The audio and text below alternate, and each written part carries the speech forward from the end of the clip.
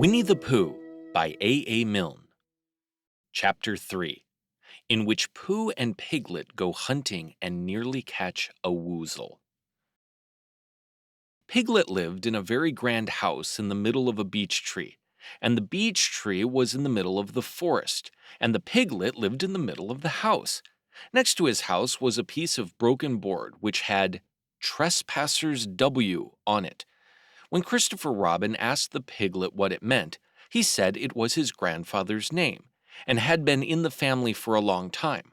Christopher Robin said you couldn't be called Trespassers W, and Piglet said yes, you could, because his grandfather was, and it was short for Trespassers Will, which was short for Trespassers William, and his father had had two names in case he lost one, Trespassers after an uncle, and William after Trespassers. "I've got two names," said Christopher Robin carelessly. "Well, there you are, that proves it," said Piglet. One fine winter's day, when Piglet was brushing away the snow in front of his house, he happened to look up, and there was Winnie the Pooh. Pooh was walking round and round in a circle, thinking of something else, and when Piglet called to him, he just went on walking. "Hello," said Piglet. "What are you doing?" "Hunting," said Pooh. "Hunting what?" "Tracking something," said Winnie the Pooh very mysteriously. "Tracking what?" said Piglet, coming closer. "That's just what I ask myself. I ask myself, what? What do you think you'll answer?" "I shall have to wait until I catch up with it," said Winnie the Pooh. "Now look there." He pointed to the ground in front of him. "What do you see there?" "Tracks," said Piglet. "Paw marks." He gave a little squeak of excitement. "Oh, Pooh, do you think it's a woozle?" "It may be," said Pooh. "Sometimes it is, and sometimes it isn't. You never can tell with paw marks." With these few words, he went on tracking, and Piglet, after watching him for a minute or two, ran after him.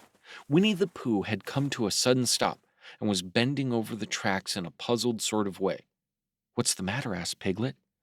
"It's a very funny thing," said Bear. "But there seem to be two animals now. This, whatever it was, has been joined by another, whatever it is, and the two of them are now proceeding in company. Would you mind coming with me, Piglet, in case they turn out to be hostile animals?" Piglet scratched his ear in a nice sort of way and said that he had nothing to do until Friday and would be delighted to come, in case it really was a woozle.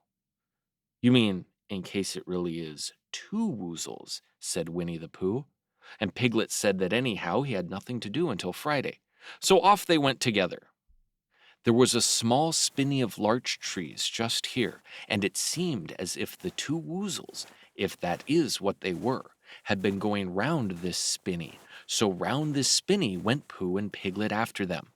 Piglet passing the time by telling Pooh what his grandfather, Trespassers W, had done to remove stiffness after tracking, and how his grandfather, Trespassers W, had suffered in his later years from shortness of breath and other matters of interest, and Pooh wondering what a grandfather was like, and if perhaps this was two grandfathers they were after now, and if so, whether he would be allowed to take one home and keep it, and what Christopher Robin would say. And still, the tracks went on in front of them. Suddenly, Winnie the Pooh stopped and pointed excitedly in front of him. "Look!" "What?" said Piglet with a jump, and then, to show that he hadn't been frightened, he jumped up and down once or twice more in an exercising sort of way. "The tracks," said Pooh. "A third animal has joined the other two." "Pooh!" cried Piglet. "Do you think it is another woozle?" "No," said Pooh, "because it makes different marks. It is either two woozles and one as it might be Wizzle, or two as it might be Wizzles and one, if so it is, Woozle. Let us continue to follow them." So they went on, feeling just a little anxious now, in case the three animals in front of them were of hostile intent. And Piglet wished very much that his grandfather T.W. were there, instead of elsewhere. And Pooh thought how nice it would be if they met Christopher Robin suddenly, but quite accidentally, and only because he liked Christopher Robin so much, And then, all of a sudden, Winnie the Pooh stopped again and licked the tip of his nose in a cooling manner, for he was feeling more hot and anxious than ever in his life before. There were 4 animals in front of them. Do you see, Piglet? Look at their tracks. 3, as it were, Woozles, and 1, as it was, Woozle. Another Woozle has joined them. And so it seemed to be. There were the tracks crossing over each other here, getting muddled up with each other there. But quite plainly, every now and then, the tracks of 4 sets of paws. I think, said Piglet, when he had licked the tip of his nose too and found that it brought very little comfort, I think that I have just remembered something. I have just remembered something that I forgot to do yesterday and shan't be able to do tomorrow. So, I suppose I really ought to go back and do it now. We'll do it this afternoon, and I'll come with you, said Pooh. It isn't the sort of thing you can do in the afternoon, said Piglet quickly. It's a very particular morning thing that has to be done in the morning, and if possible, between the hours of... What would you say the time was? About 12, said Winnie the Pooh, looking at the sun. Between, as I was saying, the hours of 12 and 12:05. So, really, dear old Pooh, if you'll excuse me. What's that? Pooh looked up at the sky, and then, as he heard the whistle again, he looked up into the branches of a big oak tree, and then he saw a friend of his. It's Christopher Robin, he said.